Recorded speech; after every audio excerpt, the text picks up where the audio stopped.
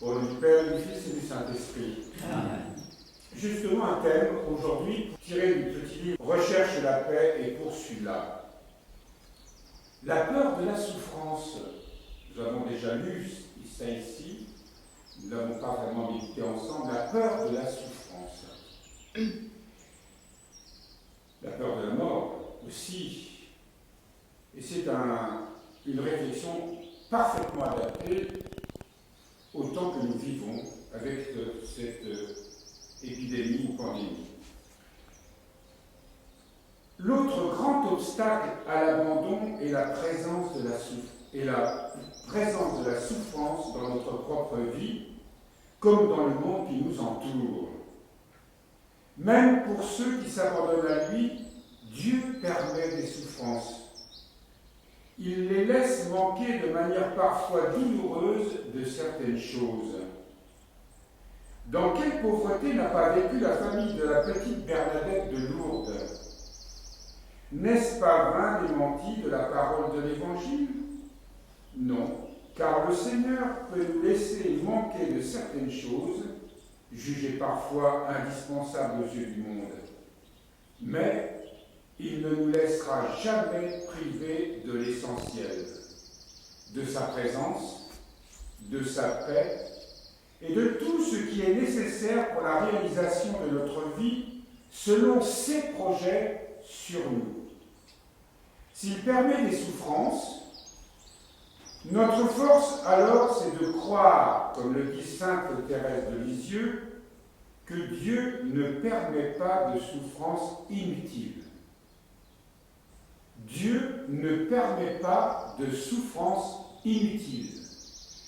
Et c'est ce qui nous manque souvent lorsque nous sommes dans l'épreuve, dans la souffrance, quelle que soit ses origines et quelle que soit sa nature, qu'elle soit physique, qu'elle soit morale, voire spirituelle.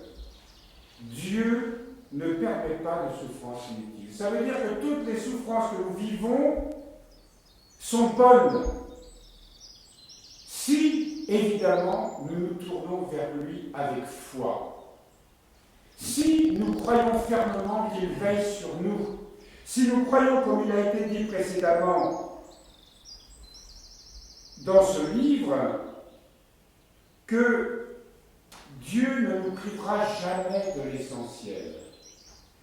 Il ne nous privera pas de sa présence, de sa paix, de tout ce qui est nécessaire pour la pleine réalisation de notre vie, selon ses projets à lui, pour nous. Dieu veille sur ses enfants. Dieu ne nous quitte pas un seul instant.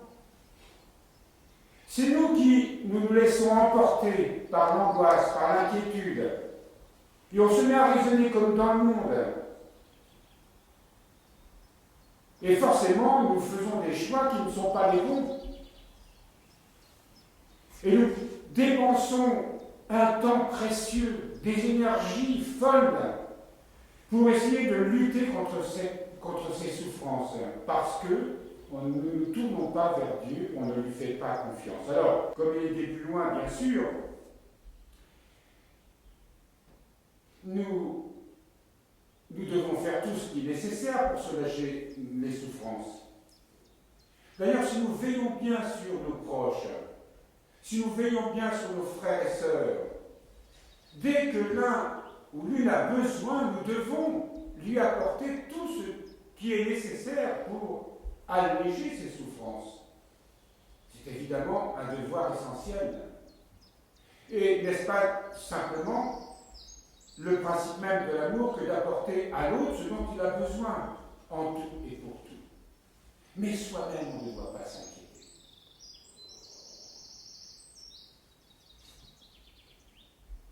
Dans le domaine de notre vie personnelle, comme dans celui de l'histoire du monde, nous devons être convaincus, si nous voulons aller jusqu'au bout de notre foi chrétienne, que Dieu est assez bon et assez puissant pour utiliser tout le mal, quel qu'il soit, toute souffrance aussi absurde et inutile paraisse-t-elle, en notre faveur.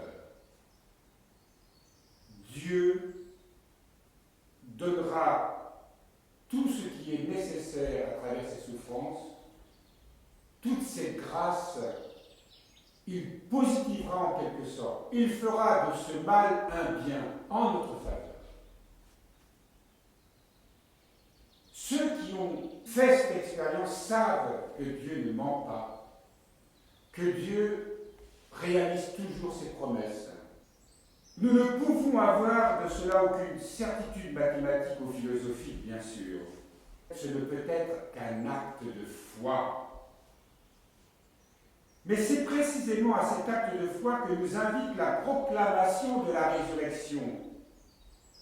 La proclamation de la résurrection de Jésus, comprise et accueillie comme la victoire définitive de Dieu sur le mal. Voyez comment on se comporte, nous chrétiens, face par exemple à cette pandémie.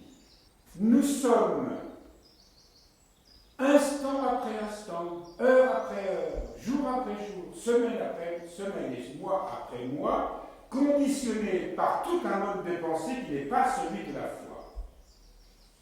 Évidemment, dans le monde, on n'a pas la foi. On se base sur l'argent, on se base sur les sciences, on se base sur les intérêts qu'on veut tirer de toutes circonstances, au prix de n'importe quel mensonge d'ailleurs. Mais on ne parle pas de la foi. Et nous, chrétiens, il nous faut donner le témoignage que Dieu veille sur nous, pas seulement sur nous, chrétiens, mais sur tous les hommes. Comment transmettre cette espérance autrement que dans notre propre vie?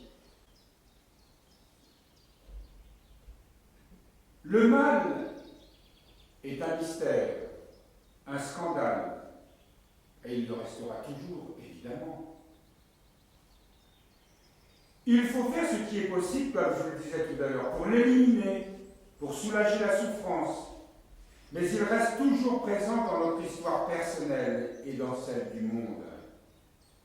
Sa place dans l'économie de la rédemption relève de la sagesse de Dieu. La place du mal dans l'économie de la rédemption relève de la sagesse de Dieu. Dieu permet que nous soyons éprouvés. Et nous savons pourquoi. Parce que si nous ne sommes pas éprouvés, nous ne changerons pas nos mauvaises habitudes. Et nous continuerons de faire le mal, de participer à ce mal du monde, en se donnant toutes les bonnes raisons pour ça. Donc la place du mal dans l'économie de la rédemption relève de la sagesse de Dieu, qui n'est pas la sagesse des hommes. Et elle gardera toujours quelque chose d'incompréhensible. C'est ce que nous dit le prophète Isaïe au chapitre 55, 9e verset. « Car vos pensées, ce ne sont pas mes pensées, dit le Seigneur, et mes voix ne sont pas mes voix, parole du Seigneur. Autant les cieux sont élevés au-dessus de la terre, autant sont élevées mes voix au-dessus de vos voix, et mes pensées au-dessus de vos pensées. » Nous avons entendu tout à l'heure les récits de sainte Théodosie. Son courage, le courage de ses sœurs, leur foi qui les mène jusqu'à la mort. Là, vous pouvez dire que c'est inutile pour une histoire d'icône qu'on voulait décrocher. Évidemment, de ce point de vue-là, on peut se donner toutes les raisons, mais nous savons que la fameuse lutte contre les images, et aujourd'hui, regardez, est-ce que dans notre foi chrétienne, le visage n'est pas celui-même de l'incarnation? Les icônes, dans notre foi orthodoxe, sont le témoignage de l'incarnation dans la chair du Verbe. L'icône par excellence, c'est la Sainte Face. Et je me pose une question. Est-ce qu'il nous paraît vraisemblable pour un prêtre de célébrer le visage masqué? Est-ce qu'il paraît, pour notre foi, normal de proclamer la parole, le visage et la bouche masqués? C'est absurde. C'est absurde parce que le visage, et le visage du chrétien, doit rayonner de cette foi. Les icônes qui nous entourent dans cette église témoignent de la lumière divine qui est descendue jusqu'à nous, qui a transfiguré la chair et qui transfigure notre chair qui se reflète à travers notre visage. Proclamer la parole de Dieu, annoncer la résurrection du Seigneur à travers la liturgie eucharistique, le visage masqué, est un non-sens pour notre foi. Je préfère ne pas célébrer si on m'obligeait à porter un masque. Je trouverais d'autres solutions. J'irais célébrer sur l'esplanade à côté, ou j'irais célébrer dans